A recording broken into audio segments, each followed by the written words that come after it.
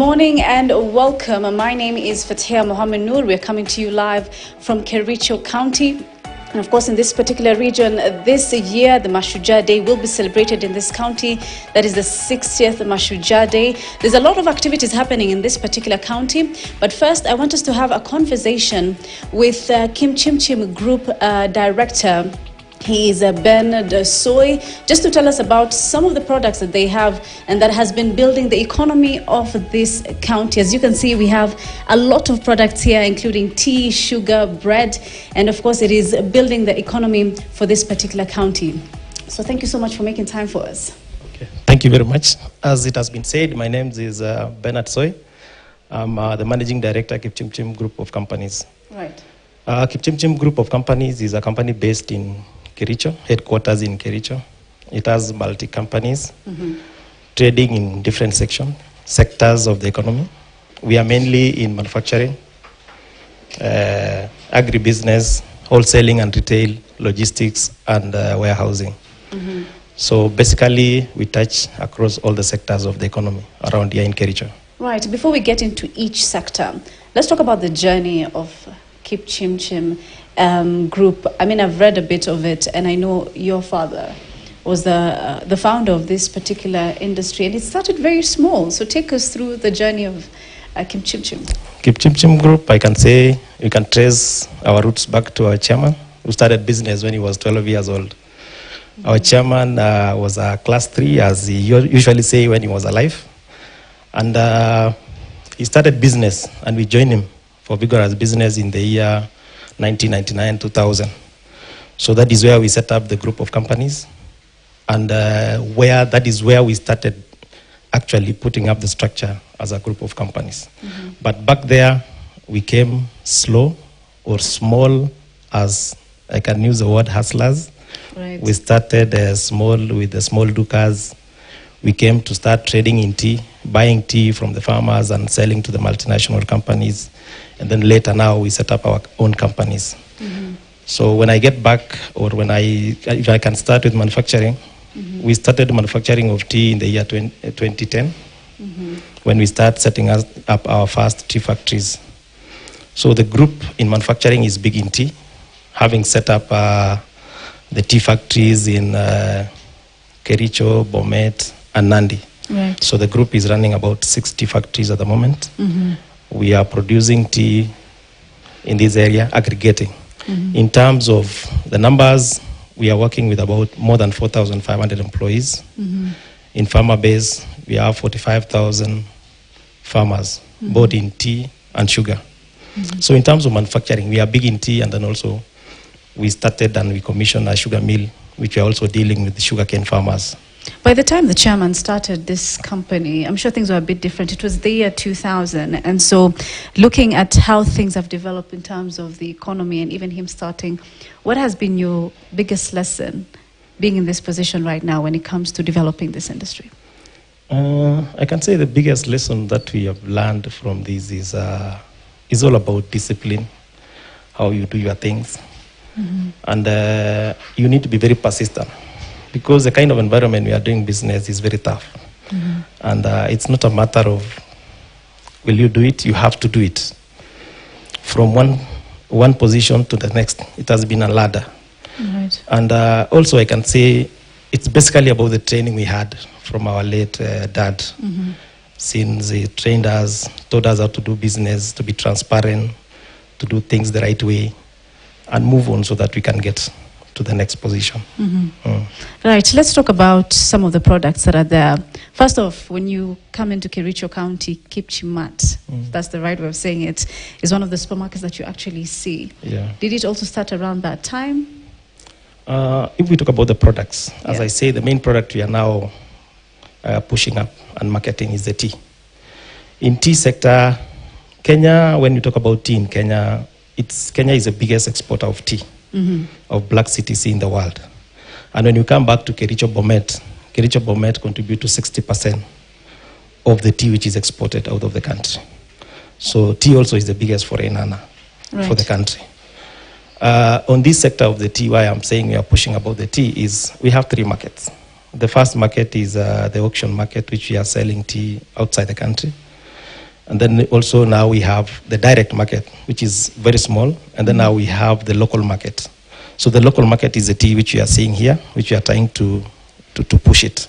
At the moment in the group, we are doing 20% all our teas to the local market. We are doing about 70% internationally, 10% private sale, and then also we are now doing this, as I said, local sales about 20%, which we are putting on the packets. So as you also mentioned about the Kipchimat supermarket. Kipchimat supermarket comes in here as one of our marketing apps because when we do our products, we sell it. We have to sell it through somewhere. So having back there, as I said, my dad started business in the retail shops and the rest. We continued doing the retail shops. And when we came to do this manufacturing, we used the shops to market our products. So most of the branches we have for Kipchimchim branches, we sell our own products. We are trying to see if we can put 40 to 50% products sold on our outlets to be our own products. For example, we are selling our tea. We are selling our sugar from the sugar mill. We are selling our milk from the farm.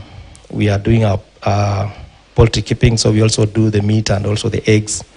So we try to add value to most of our products so that we can be able to sell through our supermarkets. We have our supermarkets in many counties. We have in Kericho County, Nakuru County, Bomet, and Nandi County. Right. So it's more of Rift Valley, but we are expanding to move to other counties. In tea, we are working with more than 10 counties because we sell our tea all around.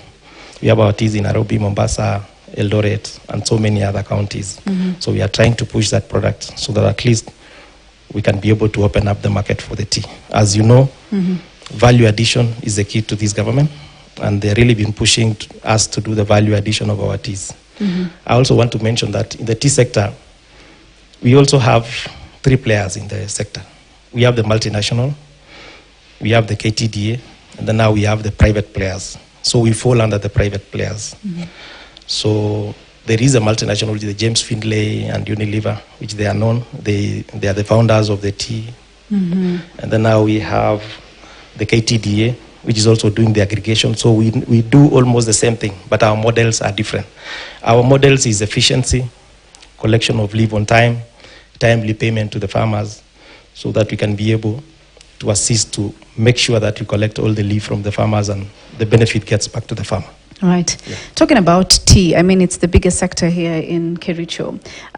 Looking at the supply chain, of course, there's that tea farmer. It starts from there. What are some of the challenges that you see they go through, and do they really go through a lot of losses in terms of what they get in return? First of all, when we came into this sector, first, as I told you, we come from here. I was born when we were plucking tea from the farm. And we were taught how to pluck tea. After that, we started trading with tea. And the farmer had a lot of challenges. The challenges the farmer used to have back then is the challenges of transportation of tea to the factories. Tea could stay in the buying center for very long. Tea could not be collected. So we came up with a solution of logistically making sure that the tea has been delivered to the factories, manufactured on time, and the farmer gets money on time. The other challenge they had also was the women of tea. Yes. There used to be a problem of women. They could not get the right weight of their tea. And that is even more important than the price. You can give a higher price and give less kilos to the farmer, which it will not help the farmer. And I will tell you today that today farmer is very clever. You will not cheat him. He will know that you are weighing the right kilos, you are paying the right amount. So that is what has earned us to have a very big pool of farmers which are delivering us tea, and that is also what has made us to increase, to open up the factories, because they will tell us to increase their capacities because they are giving us the tea. Are there more women now involved in tea plucking and in this whole process also? When you look at the culture, it's more that women are the people who are in the village to pluck the tea. Right. Yes, it's job creation because the tea which is in the village is 1 acre, 2 acres, 3 acres, 5 acres. Culturally here, a father or in the family, as you grow up, your father will give you your own tea. So you'll make a decision how you pluck your tea, where you take your tea to. But for them to get more money, they will not employ people to pluck the tea. And they don't have the job, so they will pluck the tea themselves, take them to the buying center and sell the tea. The people who are plucking the tea when the men maybe are going for work are the women, as you said. Yes. Away from now tea, and another product that I've seen here is we have sugar. Tell us about sugar now. Is it something new that you're trying to bring in on board now? What I can say about sugar is we are commissioning a 1250 TCD sugar mill that will be based in Kericho. It will be the only sugar mill in Kericho. When you look at Kericho, people have been saying there is no cane in Kericho, but they don't understand. That is why you people, you need to educate the people to know that what products there are in Kericho or what agricultural plants are there. For example, tea is big, and tea is grown in the upper side of Kericho. The lower side of Kericho, they grow sugarcane and coffee. So we have 3 agricultural products, that is tea, coffee, and sugarcane. Most of the sugarcane in the area of Kericho town, or not Kericho town, in the lower side of Kericho, has been going to Nyanza and those other side of the counties. There used to be a sugar mill which closed back there, but now for a very long time, more than 15 years, they've never been a sugar mill in Kericho. The farmers who we normally work with in the tea sector, some of them has also sugar cane. So it is them who really pressed us and told us that, why don't you get into this sector also, so that at least we can be able to manufacture our own sugar and our own sugar cane being taken here, because they really had challenges of also sometimes when there's a lot of cane could not be able to be uplifted from Kericho maybe to Kisumu or to Western region, because most of the manufacturing of sugar or the sugar cane has been moving out of Kericho to those other areas. So that is majorly the main reason why we went into sugar. The other reason also is, I can say it's a backward integration, because having been in the supermarket and distribution, we have been doing distribution of sugar, consumable goods like the flour and the rest. So sugar has also been a product which is not available in the market. And we really thought and say, we have cane in Kericho, why don't we try this? But people don't know that. There's a lot of misconceptions because when you hear Kericho, you think about tea. But when it comes to sugar or cane farming, we don't know much about it. Do you think it's just the way people don't know much about it? Or? I think it's a perception. For example, if I can take an example, if you say KTN is known for news, but at the back of the mind, maybe there's some other things they will do. So it's the perception that Kericho is known for tea. But at the end of the day, there's a lot of cane in Kericho town. I can tell you for free that we commissioned that sugar mill. We've been having a lot of cane since we started. Yes, the issues of saying that there is less cane, there is no cane, but most of the cane is grown in Kericho. It's also favorable for cane growth in Kericho, because it has when I say on the lower side of Kericho, the temperatures are favorable for sugar cane, because you will have the climate for the tea, and then on the lower side you have the climate for the sugar. So the place of the belt whereby they grow the sugar cane grows very well, and there is enough sugar cane in Kericho to manufacture sugar. Sugar. Right, moving on now to the products that we have here. There's also bread, also done by Kipchimat. There's wheat in this region? No wheat in this region. Okay, we buy all the wheat. Most of our wheat come from Mombasa, Unga Limited in Eldoret, and some other places. We only add value by making bread. When you look at trading at the moment, if you do your own value addition, then you'll get money. So we get the wheat, we do value addition. And then also when you look at this region, they used to be very big bakeries. But nowadays, the perception, when you go to every supermarket, you get a bakery. We do a lot of bread, because that is what people take every morning. So people we were also intending to do tea, sugar, and bread. So it became a complete breakfast. Interesting. Let's talk about job creation. How many jobs have you created, and is there usually a criteria where you say we're going to allow this number of young people to come in, this number of women? Is there a criteria for you when it comes to creating jobs for people in this particular region in Kericho? First of all, as I said, we have more than 4,500 employees. Yeah. All our employments, we do interviews. And on our interviews, we advertise online. People apply. We work with professionals on these companies because with these kind of companies, manufacturing and the rest, we have to work with the right people. So we will have the professionals, which will do the interviews for the professionals. But mostly we employ a lot of locals, skilled and unskilled. In terms of men and women, we put the ratios to be almost the same, 50-50. In most cases, there are some other works which maybe at some point you may not engage maybe a woman, but we strive to make sure that at least we have a good number of women, and also the disabled. We have also the disabled in our working environment. Let's talk about agriculture generally, you know, is a breadbasket in this country, a food basket. And do you think the government is doing enough to make sure that farmers or people involved in agriculture are taken care of? What I can say about this government is, for the first time, we received subsidized fertilizer.